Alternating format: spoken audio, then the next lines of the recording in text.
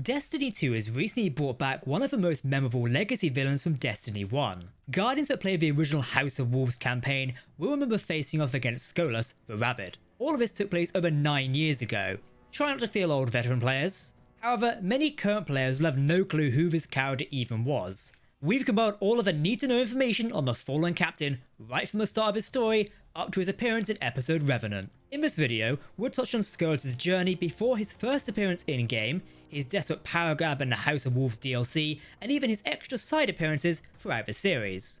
While you're watching, let us know in the comments below if you remember challenging Skolas back in Destiny 1, and what your favourite memory was from the House of Wolves DLC. Without further ado, let's get into this.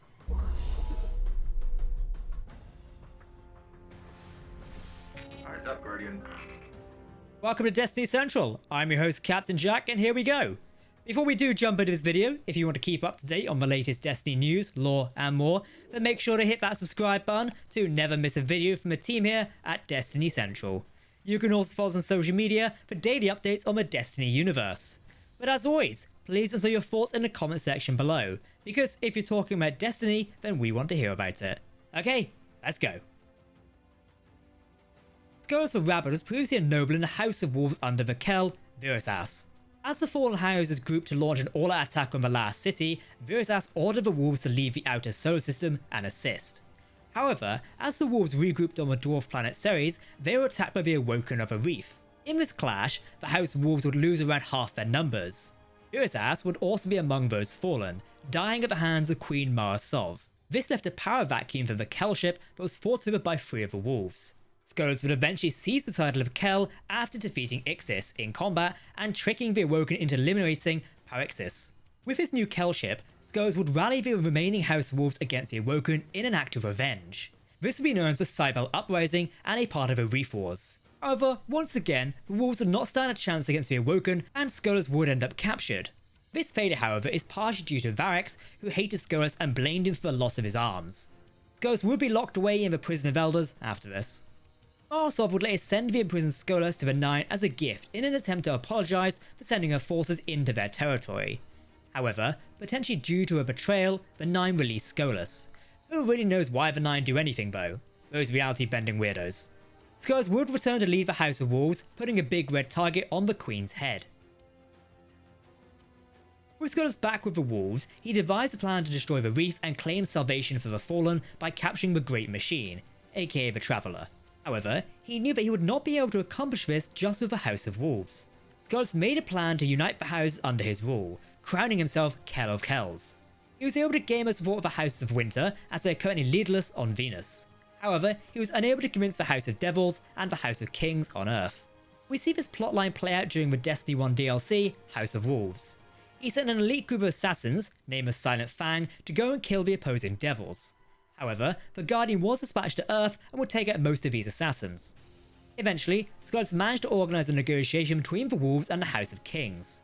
Skolas sent one of his barons to King's Watch to negotiate with Krask, the Kell of Kings. Krask, however, had no interest in negotiations and laid a trap at this meeting with the 2 assassins to eliminate the baron. However, before these assassins could complete the task, the Guardian burst in guns blazing and killed all parties in the negotiations. Bit overkill maybe? Oh no! Oh no! Oh yeah! Skolas' attempts to unite the houses were falling apart rapidly.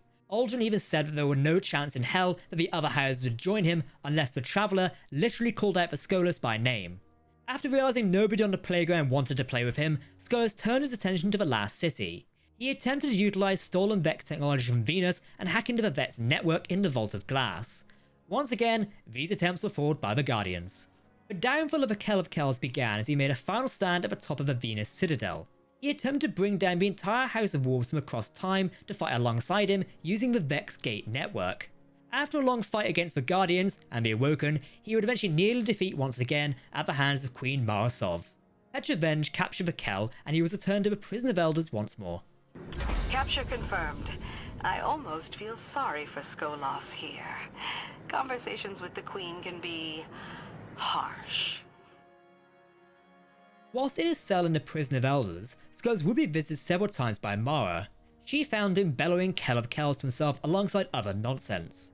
During one of these visits, however, Mara heard him whisper Light Snuffer and Dark Binder, suggesting that dark forces would soon arrive in the Sol system. The fallen Kell would eventually be slated for execution by Variks. Knowing this, Skolas attempted to rally the little following he had within the prison. Using these forces, he instigated a massive riot within the Prison of Elders. This prison riot was seen in the Prison of Elders challenge, Skolas' Revenge. The challenging Guardians would defeat him one final time, leaving the House of Wolves without their Kell once more. While Skolas was completely dead by the time Shadowkeep rolled around, it didn't stop him from making a return appearance. During this campaign, Skolas and many other legacy enemies were recreated within the power of the darkness. These new recreations of the enemies were titled Nightmares, and were causing chaos all across the moon. These nightmares were being created due to Nezarec's pyramid ship that had been left under the moon during the collapse. The Nightmare of Skolas would represent the aspect of pride in Shadowkeep. Eris speculated that these nightmares had been created in an attempt to manipulate mortals and bring them to the side of a witness.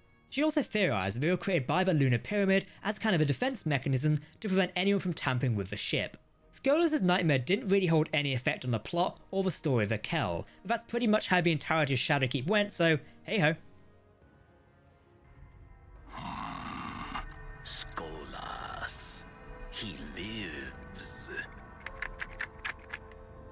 Skolas is actually back this time in episode Revenant, fully in the flesh without any red glowy veins coming out of him.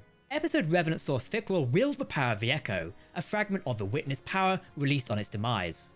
Fikrul used this to turn living Elixni into undead vampiric scorn. He ran rampant across the Sol system, building his army in an attempt to unite all Fallen under his rule. Fikrul declared himself a new Kell of Kells, with his power, and promised to turn any Fallen that wouldn't follow him into scorn.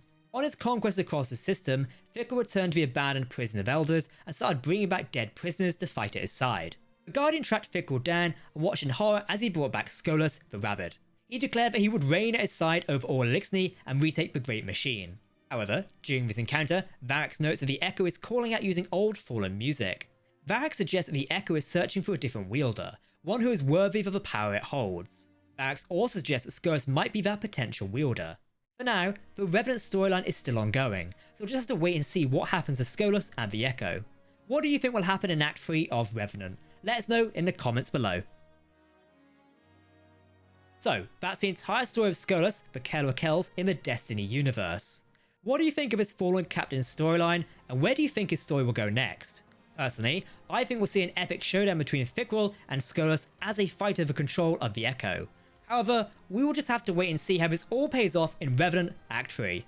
If you want to keep up to date on the latest Destiny news, lore, and more, make sure to hit that subscribe button to never miss a video from the team here at Destiny Central. You can also follow us on social media. For now, I've been Captain Jack, thanks for watching, and we'll see you next time. See you Starside, my friends.